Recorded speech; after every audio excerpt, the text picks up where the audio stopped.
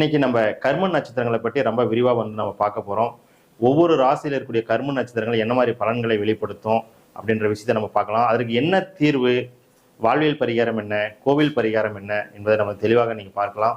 அதற்கு முன்பாக எனக்கு இந்த அற்புதமான ஜோதிட கலையை கற்றுக் கொடுத்த என்னுடைய குருநாதர் குருஜி சௌபாக்கிய மணிவண்ணன் ஐயா அவர்களுக்கு என் மனமார்ந்த நன்றியை இந்த நேரத்தில் தெரிவித்துக் கொள்கிறேன். இன்னைக்கு நம்ம ரொம்ப ஒரு சூப்பரான டீட்டெயில்ஸ், மொத்தம் 12 ராசிகள் இருக்குது ஜோதிடத்தில். எல்லாருக்கும் நமக்கு தெரிஞ்சது தான். மேசம், ரிஷபம், மிதுனம், கடகம், சிம்மம், கன்னி, துலாம், விருச்சிகம், தனுசு, மகரம், கும்பம், மீனம் என 12 ராசிகள் இருக்குது. இந்த 12 ராசிகள்லையும் இருக்கக்கூடிய கர்ம நட்சத்திரங்கள் என்னென்ன அப்படின்னு நம்ம பார்த்துடலாம். மொத்தம் வந்து 14 கர்ம நட்சத்திரங்கள் இருக்குது. நான் போர்டில் எழுதி போட்டிருக்கேன். மேசத்தில் இருக்கக்கூடிய கர்ம நட்சத்திரம் வந்து அஸ்வினி. ஓகே, மேசத்தில் இருக்கக்கூடிய கர்ம நட்சத்திரம் வந்து அஸ்வினி. ரிஷபத்தில் வந்து மிருகசீரிடம். மிதுன வீட்டில் இருக்கக்கூடிய கர்ம நட்சத்திரம் வந்து திருவாதிரை. கடக வீட்டில் இருக்கக்கூடிய கர்ம நட்சத்திரம் வந்து ஆயில்யம். சிம்ம வீட்டில் இருக்கக்கூடிய கர்ம நட்சத்திரம் வந்து பூரம். கன்னி வீட்டில் இருக்கக்கூடிய கர்ம நட்சத்திரம் வந்து அஸ்தம். துலாம் வீட்டில் இருக்கக்கூடிய கர்ம நட்சத்திரம் வந்து சித்திரை. விருச்சிக வீட்டில் இருக்கக்கூடிய கர்ம நட்சத்திரம் வந்து அனுஷம். தனுசு வீட்டில் இருக்கக்கூடிய 3 நட்சத்திரங்களுமே வந்து கர்ம நட்சத்திரம் தான். மூலம், பூராடம், உத்திராடம்.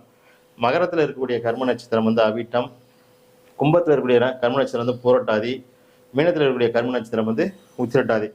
இதை பற்றி நம்ம டீட்டெயிலாக பார்க்கலாம். கர்மா அப்படின்னா நமக்கு என்ன அப்படின்னா, நாம் முற்பிறவியில் வாழ்ந்த பொழுதும் சரி, நம்ம மூதையார்கள் முற்பிறவியில் வாழ்ந்த போதும் சரி, இந்த 7 தலைமுறையினுடைய பாவ கணக்காக இருந்தாலும் சரி, புண்ணிய கணக்குகள் இருந்தாலும் சரி, நம்மளை வந்து சேரும். ஸோ அது பாசிட்டிவாக இருந்தாலும் சரி, நெகட்டிவாக இருந்தாலும் சரி, நமக்கு அதற்குண்டான விஷயங்களை வந்து கொடுத்துரும். இந்த கர்மா வந்து ஒவ்வொருத்தருக்கும் வித்தியாசமாக தான் இருக்கும். ஓகேங்களா? இந்த கர்ம நட்சத்திர தோஷத்தை வந்து நம்ம எப்படி நிவர்த்தி செய்யலான்றத நம்ம இன்னைக்கு வந்து பார்க்க போகிறோம். ஃபர்ஸ்ட் வந்து இந்த மேச வீட்டில் இருக்கக்கூடிய மேச வீட்டில் வந்து 3 நட்சத்திரங்கள் இருக்கு. அஸ்வினி, பரணி, கிருத்திகை. இந்த 3 நட்சத்திரத்தில் அஸ்வினின்ற நட்சத்திரம் தான் வந்து கர்ம நட்சத்திரம். இந்த அஸ்வினி வந்து யாருடைய நட்சத்திரம் அப்படின்னு பார்த்தீங்கன்னா கேது பகவானுடைய நட்சத்திரம். அஸ்வினி வந்து கேது பகவானுடைய நட்சத்திரம். இப்போ கேது அப்படின்னா இருவழி பாட்டி உறவுகளை வந்து குறிக்கும். அது தாய் வழி உறவுகளை வந்து தந்தை வழி இருவழி பாட்டி உறவுகளை வந்து குறிக்கும். ஸோ அந்த அந்த உறவுகளுக்கு வந்து ஏதாவது நம்ம முற்பிறவியில் நம்மளால வந்து ஒரு மனக்கசப்பான ஒரு விஷயத்தை வந்து நம்ம செஞ்சுருப்போம். அது சொத்து அபகரிச்சிருக்கலாம், அவங்ககிட்ட இருக்கக்கூடிய உடைமைகளை ஏதாவது பறிச்சிருக்கலாம், அவங்களுக்கு ஏதாவது ஒரு தீங்கு வந்து நம்ம வந்து விளைவிச்சிருக்கலாம்.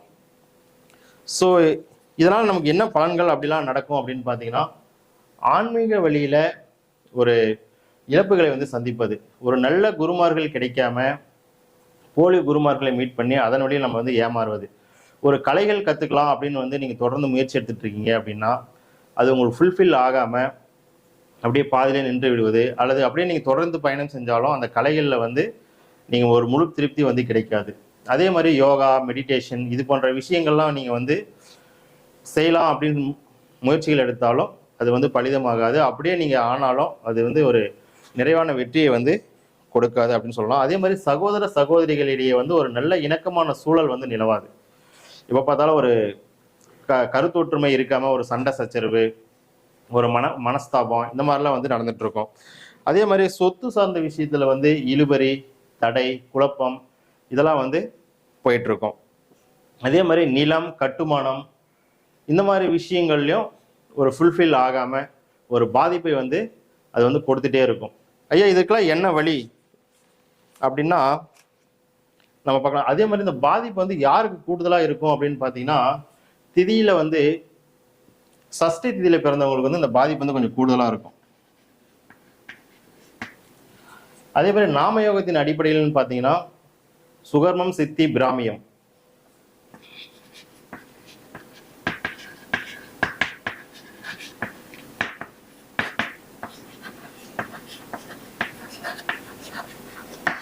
நாமயோகத்தின் அடிப்படையில் பார்த்தீங்கன்னா சுகர்மம், சித்தி, பிராமியம் இந்த நாமயோகத்தில் பிறந்தவர்களுக்கு வந்து பாதிப்பு வந்து கொஞ்சம் கூடுதலாக இருக்கும். அதே மாதிரி இந்த மேச வீடு முடக்கா வருவர்களுக்கும் இந்த பாதிப்பு வந்து கூடுதலாக இருக்கும் அப்படின்னு நம்ம தெரிஞ்சுக்கலாம். இதுக்கு என்னங்கய்யா தீர்வு அப்படின்னு நம்ம பார்த்தீங்கன்னா அஸ்வினி அப்படின்னா வந்து குதிரை. ஸோ குதிரைகளுக்கு வந்து நம்ம உணவு கொடுக்கலாம்.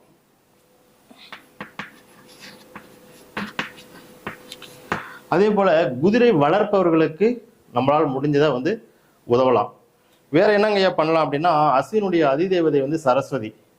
அப்ப சரஸ்வதி அப்படின்னா குழந்தைகளுக்கு, படிக்கும் குழந்தைகளுக்கு கல்வி சார்ந்த விஷயங்கள்ல வந்து நம்மளால் முடிஞ்ச உதவிகளை வந்து செய்யலாம். ஒரு நோட்டு புத்தகம் வாங்கி கொடுக்கலாம், ஒரு பேனா வாங்கி கொடுக்கலாம், அவங்களுடைய கல்வி கட்டணத்துக்கு நம்மளால் முடிஞ்ச உதவிகளை செய்யலாம். இப்படி செய்யும் பொழுது இந்த கர்ம நட்சத்திரனுடைய தோஷங்கள் வந்து படிப்படியா வந்து விலகும். அஸ்வின் நட்சத்திரத்துல 9 கிரகங்கள்ல யார் நின்னாலும் சரி, உங்களுக்கு என்ன தசாபுத்திகள் நடந்தாலும் சரி, அல்லது 9 கிரகத்துல, அதாவது சூரியன், சந்திரன், செவ்வாய், புதன், குரு, சுக்கிரன், சனி, ராகு, கேது என 9 கிரகங்கள்ல யார் நின்று, இந்த அஸ்வின்ல யார் நின்று இருந்தாலும் சரி, உங்களுக்கு அஸ்வினி நட்சத்திரம் வந்து கர்ம நட்சத்திர தோஷம் வாங்கியிருக்கு அப்படின்ற உண்மையை வந்து நம்ம புரிஞ்சுக்கணும்.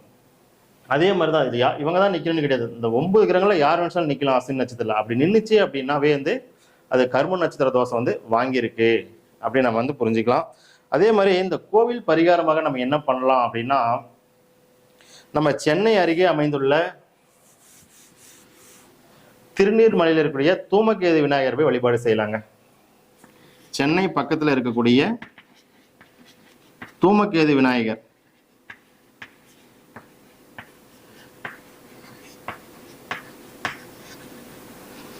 இவரை போயிட்டு வந்து வழிபாடு செய்யலாம். அப்ப பொதுவாக வந்து எப்போ போகணும்னு ஒரு முக்கியமான விஷயம் இருக்கு. இந்த சென்னையில் இருக்கிற தூமகேது விநாயகர் போய் எப்போ வழிபடலாம் அப்படின்னு பார்த்தீங்கன்னா, ஒரு பத்திரை கரணம் வந்து பயன்பாட்டில் இருக்கும்போது வழிபடுவது வந்து ரொம்ப உத்தமங்க. அதே போல நாமயோகத்தின் அடிப்படையில் வந்து ஆயுஷ்மான் துருவம் சித்தம்,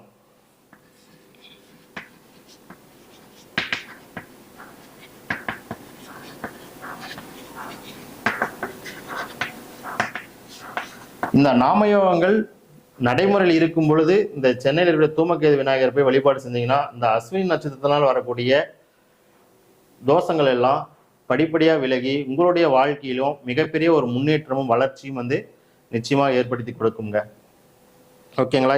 யார் யார் அஸ்வினி நட்சத்திரம் வந்து கர்ம தோஷம் வாங்கியிருக்குன்னு சொல்லிட்டு கமெண்ட் பண்ணுங்க. ஒவ்வொரு ராசியும் நம்ம படிப்படியா வந்து 1 by 1 வரப்போறோம். ஐயா என்னுடைய ராசி வரலையேன்னு சொல்லிட்டு கவலைப்படாதீங்க, 1 by 1 நம்ம வந்துட்டே இருக்கிறோம். அடுத்தது வந்து ரிஷபத்தில் இருக்கக்கூடிய கர்ம நட்சத்திரத்தை பத்தி நம்ம பார்க்கலாம். ரிஷபத்தில் உள்ள கர்ம நட்சத்திரம் வந்து மிருகசீரிடம்.